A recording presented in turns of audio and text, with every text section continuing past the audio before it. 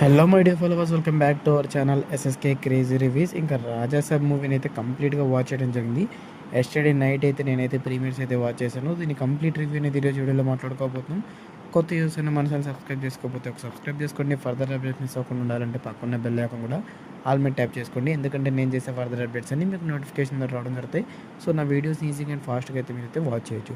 ఇంకా mainly movie ఎలా ఉంది అనే పాయింట్ విషయానికి వచ్చినట్లయితే భయ్య, మూవీ అనేది నాకైతే యావరేజ్ అయితే అనిపించింది.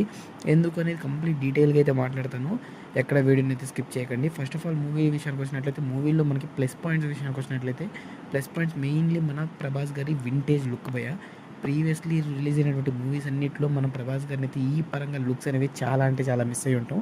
సో ఆ లుక్స్ అన్నీ మళ్ళీ రిప్రజెంట్ చేస్తూ ఓల్డ్ లుక్స్ని మనకి ఎవరైతే ఆడియన్స్ ఎలాగైతే కోరుకుంటారో ప్రభాస్ని, మోస్ట్ ఆఫ్ ది ఆడియన్స్ కానీ, సో క్లాసీ లుక్లో అయితే మనకి ప్రభాస్ అయితే రిప్రజెంట్ అవ్వడం జరిగింది.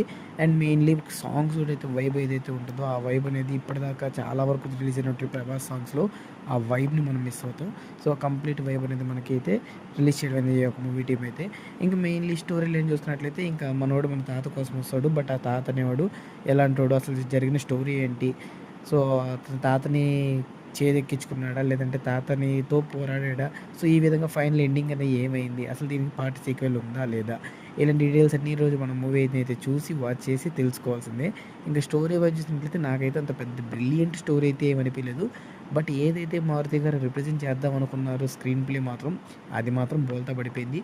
అండ్ తమన్నా బీజిఎం మాత్రం మనం ఏదైతే ట్రైలర్లో టీజర్స్లో చూసుంటామో సో అదే రొటీన్గా మనకి రిప్రజెంట్ అవుతుంది తప్ప కొత్తగా ఇది టాప్ బీజిఎం రాబాయ్ అనే తీరులో అయితే నాకైతే మూవీ ఫస్ట్ నుంచి ఎండ్ వరకు అయితే ఎక్కడ అనిపించలేదు. అండ్ స్క్రీన్ ప్లే మాత్రం చాలా అంటే చాలా పూర్ ఉంది భయ. ఒక్క సీన్కి ఇంకో సీన్కి అయితే లింకే లేకుండా అయితే మూవీ అయితే కొనసాగిపోతుంది. అండ్ సాంగ్స్ కూడా అయితే సాంగ్స్ బాగున్నాయి కానివ్వండి, పర్టికులర్ సెంటెన్స్ ఏదైతే ఆ యొక్క సీన్ ఉందో అక్కడ పెట్టాల్సిన సాంగ్స్ అయితే కాదు అది. అండ్ చూపించే థీమ్ ఒకటి, అండ్ రిలీజ్ చేసినటువంటి సాంగ్స్ ఒక థీమ్లో ఉండేసరికి కొంచెం క్లమ్జీగా అయితే ఆడియన్స్లోకి అయితే వెళ్ళడం జరిగింది.